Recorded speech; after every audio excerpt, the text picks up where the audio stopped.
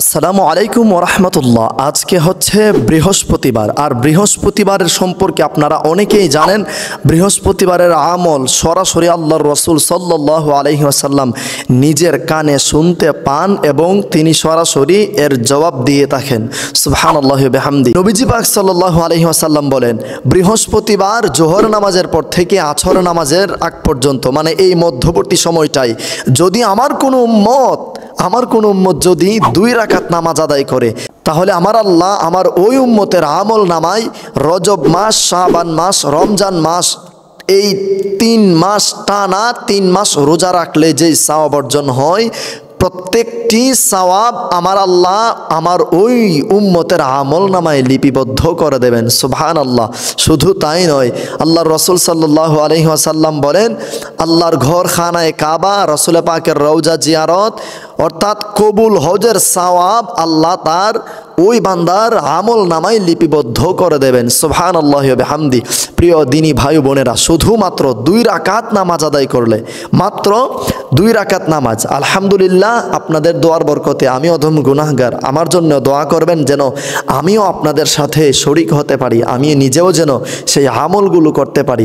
আমরা দুনিয়াতে কত সময়, কত দিক দিয়ে আমরা অপচয় করে ফেলেছি, যদি আমরা এই আমলগুলো আমাদের নিজের জীবনের সাথে কাজে লাগিয়ে দিতে পারি। সুবহানাল্লাহ।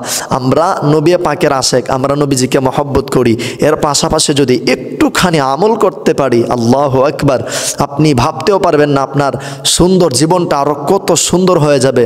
আপনার দুনিয়াটাই, আপনার মনে হবে দুনিয়াটাই যেন একটা জান্নাত, আপনার জীবনটা আল্লাহ রাব্বুল আলামিন এত সুন্দর করে দেবেন। এবার আসুন আমরা জেনে নেই 2 রাকাত নামাজ আদায় করার নিয়মটা কি, কিভাবে 2 রাকাত নামাজ কোন সূরার পর কোন সূরা তিলাওয়াত করলে আল্লাহ রাব্বুল আলামিন আমাদেরকে এত ফজিলত দেবেন, এত রহমত দেবেন, এত বরকত দেবেন। সুবহানাল্লাহি ওয়া বিহামদি।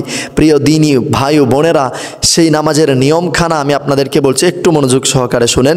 নিয়মখানা হচ্ছে, প্রত্যেক রাকাতে সূরা ফাতিহার পর 100 বার আয়াতুল কুরসি পাঠ করা, 100 বার আয়াতুল কুরসি পাঠ করা। আপনারা শুনেই ভয় পেয়ে যাবেন না, একটু খেয়াল করুন। প্রথম রাকাতে সূরা ফাতিহার পর 100 বার আয়াতুল কুরসি তিলাওয়াত করা, আয়াতুল কুরসি পাঠ করা, এবং দ্বিতীয় রাকাতে সূরা ফাতিহার পর সূরা ইখলাস অর্থাৎ কুল হুয়াল্লাহু আহাদ, এই সূরাখানা 100 বার তিলাওয়াত করা। আপনারা ভাববেন যে নামাজের মধ্যে আমি গুনবো কি করে, অথবা আমি খেয়াল রাখবো কি করে। আপনি নামাজের মধ্য থেকে, যেহেতু এটা নফল নামাজ, আপনি নামাজের মধ্য থেকে আপনি এভাবে গুনে নিতে পারেন।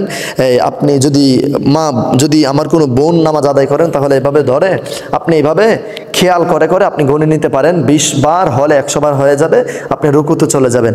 আমি প্র্যাকটিক্যালি একটুখানি বলছি। সূরা ফাতিহাটা এভাবে তিলাওয়াত করবেন, আলহামদুলিল্লাহি রাব্বিল আলামিন, আর রহমানির রহিম, মালিকি ইয়াউমিদ্দিন, ইয়্যাকা না'বুদু ওয়া ইয়্যাকা নাস্তাঈন, ইহদিনাস সিরাতাল মুস্তাকিম, সিরাতাল লাযীনা আন'আমতা আলাইহিম, গায়রিল মাগদুবি আলাইহিম ওয়ালাদ-দাল্লিন, আমিন। বিসমিল্লাহির রহমানির রহিম। আয়াতুল কুরসি প্রথম রাকাতে, আল্লাহু লা ইলাহা ইল্লা হুয়াল হাইয়ুল কাইয়্যুম, লা তাখুযুহু সিনাতুন ওয়া লা নাওম, লাহু মা ফিস সামাওয়াতি ওয়া মা ফিল আরদ, মান যাল্লাযী ইয়াশফা'ু ইনদাহু ইল্লা বিইذনিহি, ইয়া'লামু মা বাইনা আইদিহিম ওয়া মা খালফাহুম, ওয়া লা ইউহীতুনা বিশাইইন মিন ইলমিহি ইল্লা বিমা শাআ, ওয়াসি'a কুরসিয়্যুহুস সামাওয়াতি ওয়াল আরদ, ওয়া লা ইয়াউদুহু হিফযুহুমা, ওয়া হুয়াল আলিয়্যুল আযীম। এই আয়াতুল কুরসি খানা এইভাবে হাতে গুনে গুনে মনে মনে ধ্যান করে করে 100 বার তিলাওয়াত করার পর আপনি রুকুতে চলে যাবেন। রুকুতে গিয়ে তারপর রুকুর তাসবিহ, আবার রুকুর তাসবিহ শেষ করে সামি আল্লাহু লিমান হামিদা রব্বানা লাকাল হামদ বলে আবার সেজদা, সেজদার 2 তাসবিহ পড়ে 2 সেজদা দিয়ে আবার দাঁড়িয়ে গিয়ে আবার সূরা ফাতিহা তিলাওয়াত করবেন। সূরা ফাতিহার পর আবার সূরা ইখলাস তিলাওয়াত করবেন। সূরা ফাতিহা শেষ হওয়ার পর বিসমিল্লাহির রহমানির রহিম, কুল কুল হুয়াল্লাহু আহাদ আল্লাহুস সামাদ লাম ইয়ালিদ ওয়া লাম ইউলাদ ওয়া লাম ইয়াকুল লাহু কুফুয়ান আহাদ। আল্লাহু আকবার। আপনি আবার রুকুতে চলে যাবেন, রুকুর তাসবিহ পড়বেন। আপনি আপনার মতো করে আরেকটু স্লো পড়তে পারেন, আবার আপনি আপনার মতো করে আরেকটু স্পিডেও পড়তে পারেন।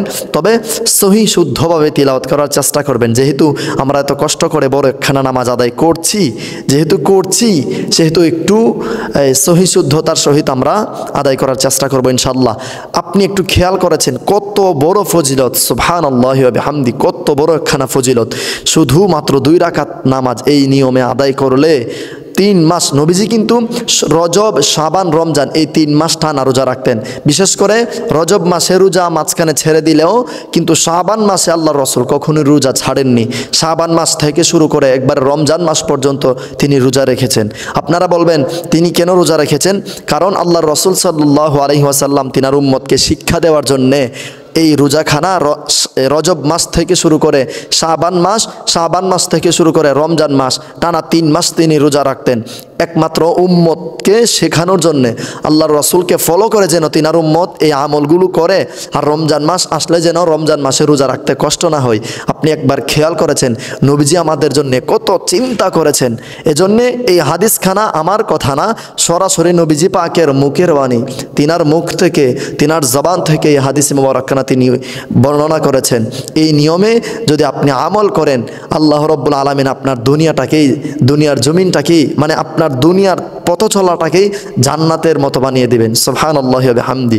এজন্য আমার প্রিয় দিনী ভাই ও বোনেরা, আমরা সকলে নিজেরা আমল করব এবং অন্য ভাইদেরকে আমল করার সুযোগ করে দেব এই ভিডিওটি শেয়ার করার মাধ্যমে। এজন্য সবার কাছে অনুরোধ রইল আজকের ভিডিওটি বেশি পরিমাণে শেয়ার করে ছড়িয়ে দিবেন, যেন আজকে আপনার শেয়ারের মাধ্যমে অন্য কেউ দেখেই এই আমলটুকু করতে পারে। আসসালামু আলাইকুম ওয়া রাহমাতুল্লাহ।